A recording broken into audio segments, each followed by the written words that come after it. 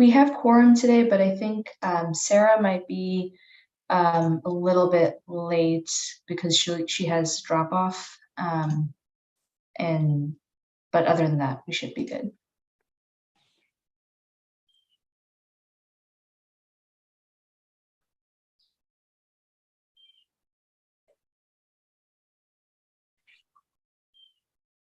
Avni, can you hear me okay? Yes. Okay, thank you. Nancy, we haven't seen Greg for a while. Is he Yes, doing okay? he is taking care of his health issues, and that's why he has not been joining us. Yeah. Okay.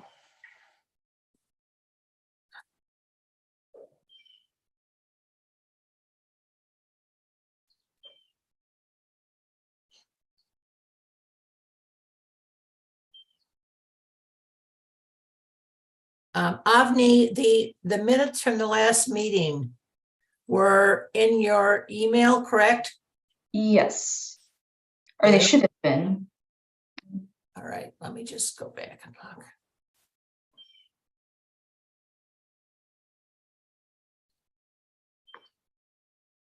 And well, good morning.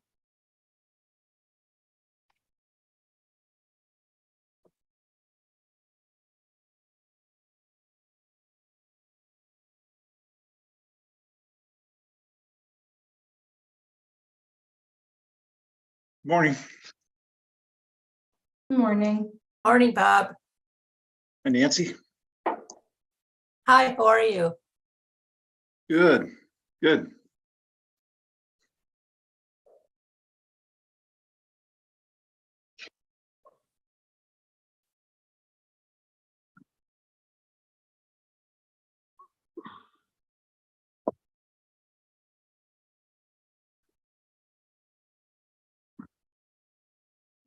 We should have either Jacob and Nancy joining. Nancy might be a little bit late, but I think Jacob should also be joining soon. Okay. Let's see. Good morning, Jess. Good morning. How you doing? Okay. You'll be running today's meeting, I take it, Nancy? I will. Yeah, Greg is not going to join us.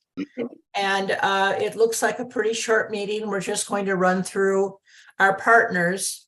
And other than that, unless there's discussion from somebody in the group, we will call it a morning. So. Sounds good. I only had one comment on the notes. The meeting minutes from last month would be the update on the top of the date on the top of the sheet and the header. Oh, the header is okay. Was it just a different last month? Yeah, it's showing June 21st still, and wouldn't that have been in July?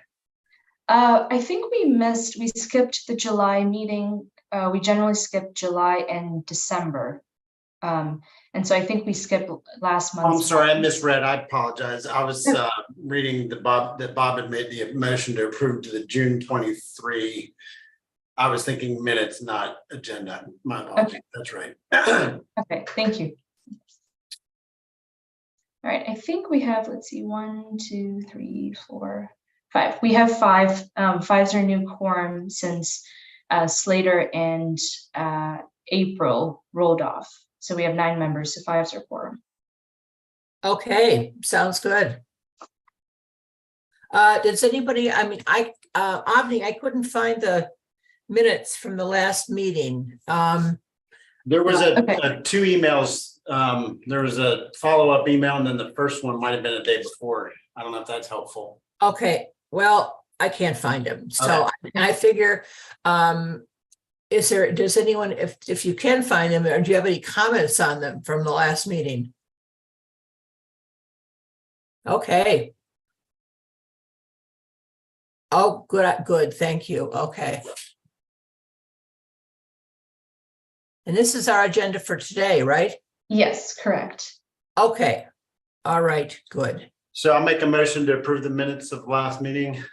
I think I just wanted to, I don't think we've called the meeting to order. Oh, That's sorry. correct. Yeah.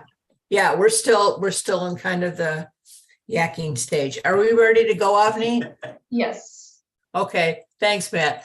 Okay, I'll officially call the meeting to order. This is Nancy Niels Nelson. I'm the vice chair of LCAB, and I will conduct the meeting today. So welcome, everyone. Do we have any members of the public with us? It doesn't look like it. Okay, all right. Now, the approval of the agenda from our last meeting. The approval of the agenda for today, I guess, is the first thing we have to do. And can somebody make a motion to approve this agenda? I move to approve it, Joel. Joel, thank you.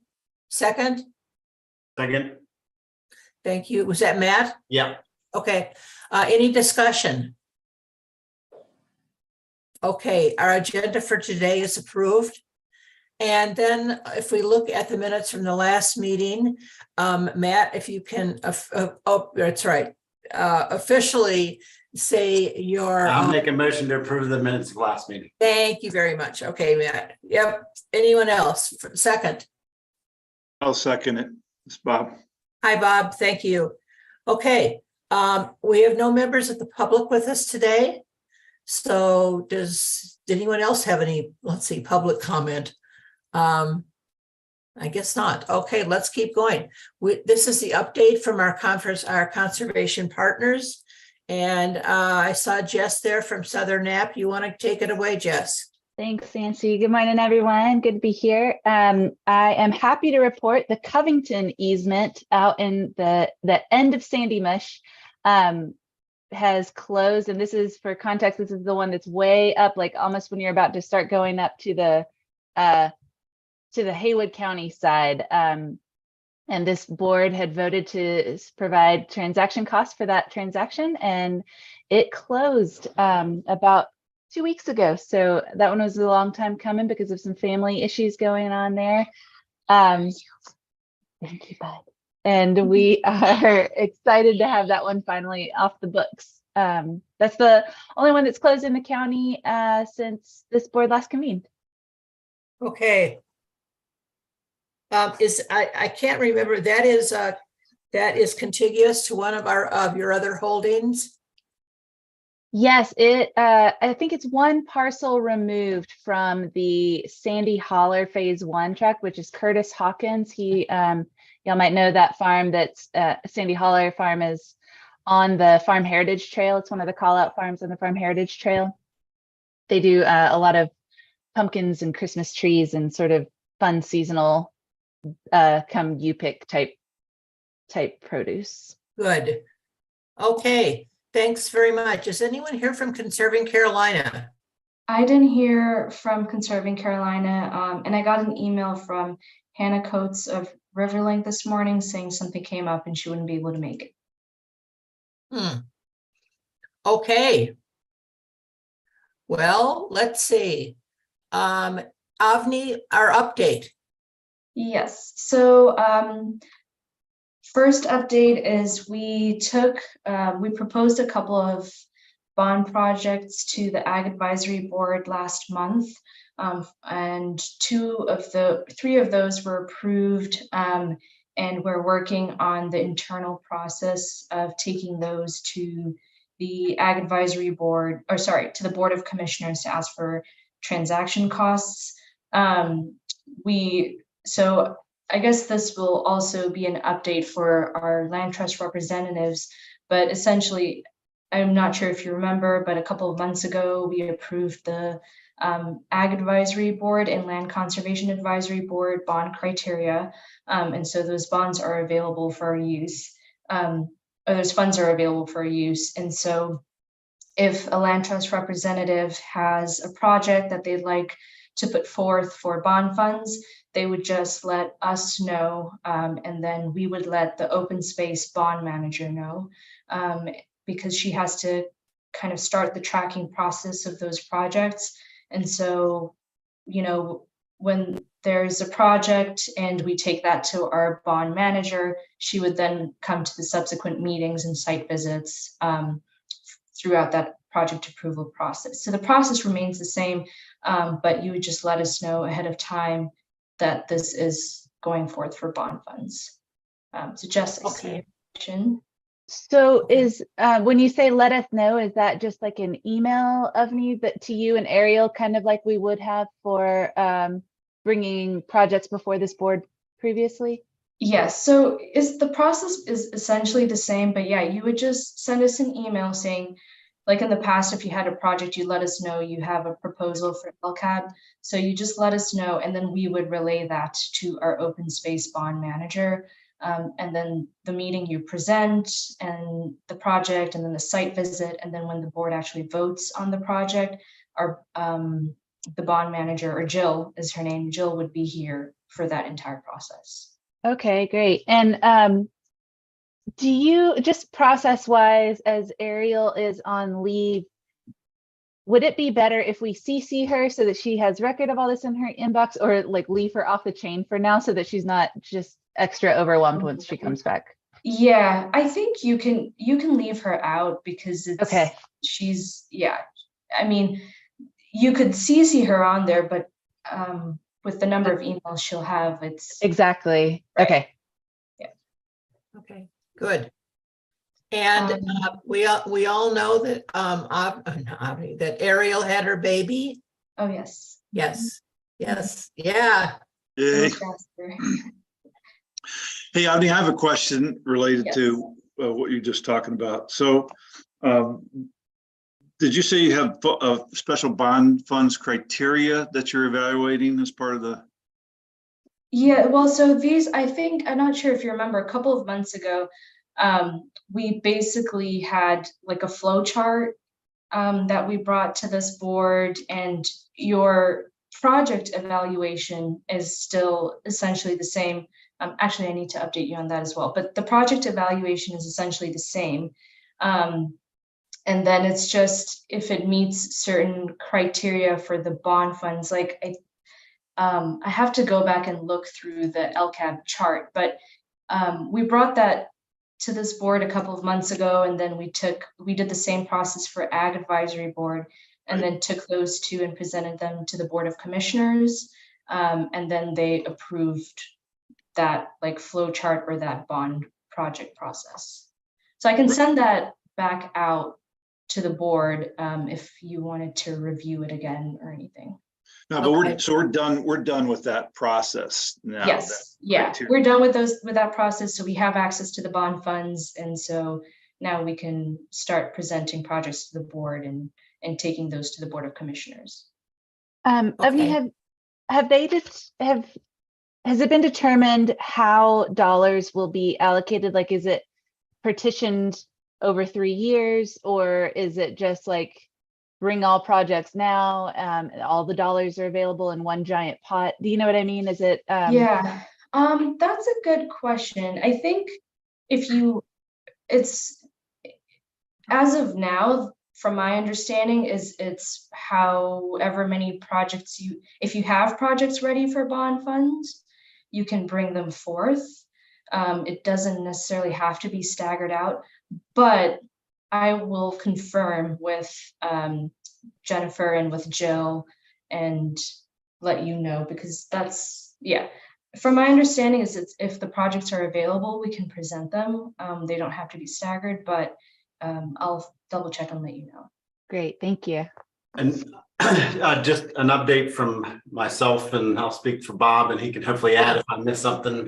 He and I, Bob Gale, sit on the Passive Lands Recreation Subcommittee, and we met yesterday and are getting close to finalizing the criteria that, as far as the passive lands aspect of those bonds goes. And it looks like hopefully we would be, Jill will be presenting to the commissioners in October to have them approve that criteria, which would then at least set the stage for some of those passive recreation lands projects.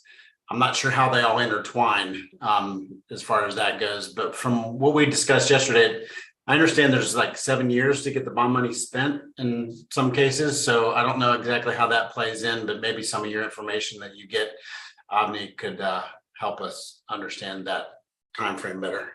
Yeah, and for easements, it's because of the nature of easements, it might be more of like 7 years to allocate the funds at the very Right. least, and then but yes, I'll find out more and let you know. Okay, Avni, I was going to make a suggestion. Can we put on our future agendas, besides having an update from our agencies, our partners, can we also have an update from about bond issue lands? Sure, Okay, like and not just for LCAB, but also for Ag Advisory too. Can we have that information? yeah, so I guess just like include projects that are going forth to Ag Advisory, or just like what is in the works kind of thing for all aspects of the bond.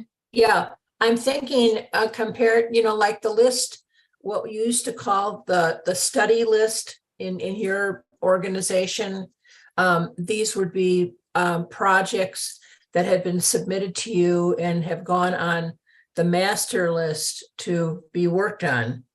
I think it would be good for us to know what has been presented to the Ag Board and then what is in the pipeline for us. And maybe that can be done with a simple sheet of just listing all of the projects, and then, one is for Ag Board and one is for us.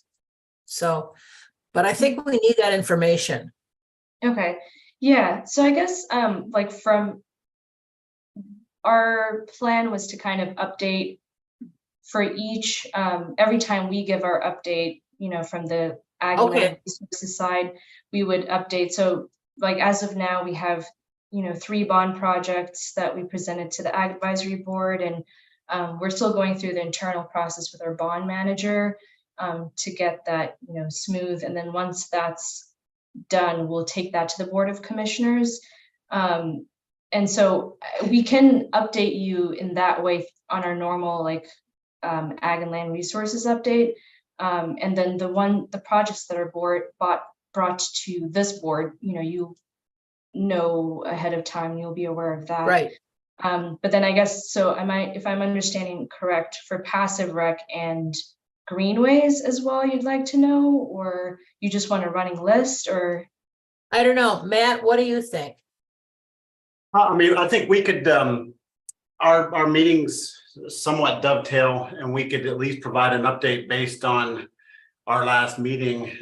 We have not received any projects or have not moved into that phase of our work yet as a subcommittee. But I think it would be good information, even if it's just us giving an update as to how our last meeting went and whether there's any projects that we see coming down the line, or if there might be projects that I guess could have some overlap. Because there has been some discussion of, how these projects for the passive lands come into play, and, what kind of management long-term they have, and whether there's opportunities for conservation, and, how do you manage that, knowing that a conservation easement is voluntary, and there would be certain restrictions that the county would have to place in terms of being able to manage certain properties. So I think maybe we see how it shapes up, and whether we're getting some major influx of projects, or whether there's a deadline date that's set by the commissioners or the county for submission of these projects. So it might be something we just kind of keep our eye on, and then we could keep a running list like you mentioned. I think that probably would be helpful, just so we know what projects are out there. Right. Yeah. Okay. And I guess Jill is she'll be tracking all the projects, hence, us letting her know. So maybe, once in a while I can just ask her for a snapshot of that list, and then share that with this board. But yeah, I guess our plan, regardless, was during our update to this board to share projects, we're taking to the Ag Advisory Board. And then if we hear about like greenways, we can share that. And then of course, Matt and Bob can also share anything they learn with passive lands subcommittee. Okay, so our number 7 on the agenda, that will remain an update from Matt and Bob. Correct. Okay, and then you will be giving the report of the bond issues that are in, or the bond issue projects that are in the pipeline under your update in number 6. Correct, yes. Okay. How does that sound to everyone? That's good. Though there's three of us on Yeah. that. Oh, Yeah, I'm Bob's- sorry. Yeah. I'm sorry, Bob. Yeah, and the only one that might be more difficult is getting what's going on in Greenways, but if Avni can get us something related Yeah. to that, then we'll. We can, I think as of now, I know, I'll have to double check, but I'm almost certain the Greenway criteria was approved and adopted by the commissioners. I don't know about projects in the work, but we do have monthly meetings. So whatever I learn in those monthly meetings, or whatever Ariel and I will learn here on out, we can bring that to this board. Okay, all right. Then my suggestion still holds that we show on our documents that, what for your update for the ag and land resources, if we could put an A or a B or something like that under it, that you will be reporting on projects in the bond issue pipeline. And that's only just for audit, Mhm. In other words, we're getting our information directly from you. And we're not getting it from the subcommittee, because the subcommittee may not know of stuff. Okay, Yeah, okay. All right, any questions for Avni? Yes, I have one more. yes. I vaguely remember the chart you're talking about, Avni, but can you remind me, because there are these separate pots of money and we in the land trust community work in sort of each of these realms, does that flow chart help us determine which pot of money we should be reaching out to for specific projects? That, I'd say probably not. That flow chart is more just the LCAB Okay. process for bond funds. If you do have questions about which pot of money to apply to, or what would be the best pot of money that your project would fall under, I could put you in touch with Jill Carter, and I can also find out, I can talk to Jill and Jennifer and add that to the question list and ask them what their process, I know they've been working out a process, and so I can try and find that out and let you know. Okay. Hey, Jess, I might interject something here since we've got time, I think, and Yeah, we've got time. this might relate to it. So we had a discussion yesterday in past rec about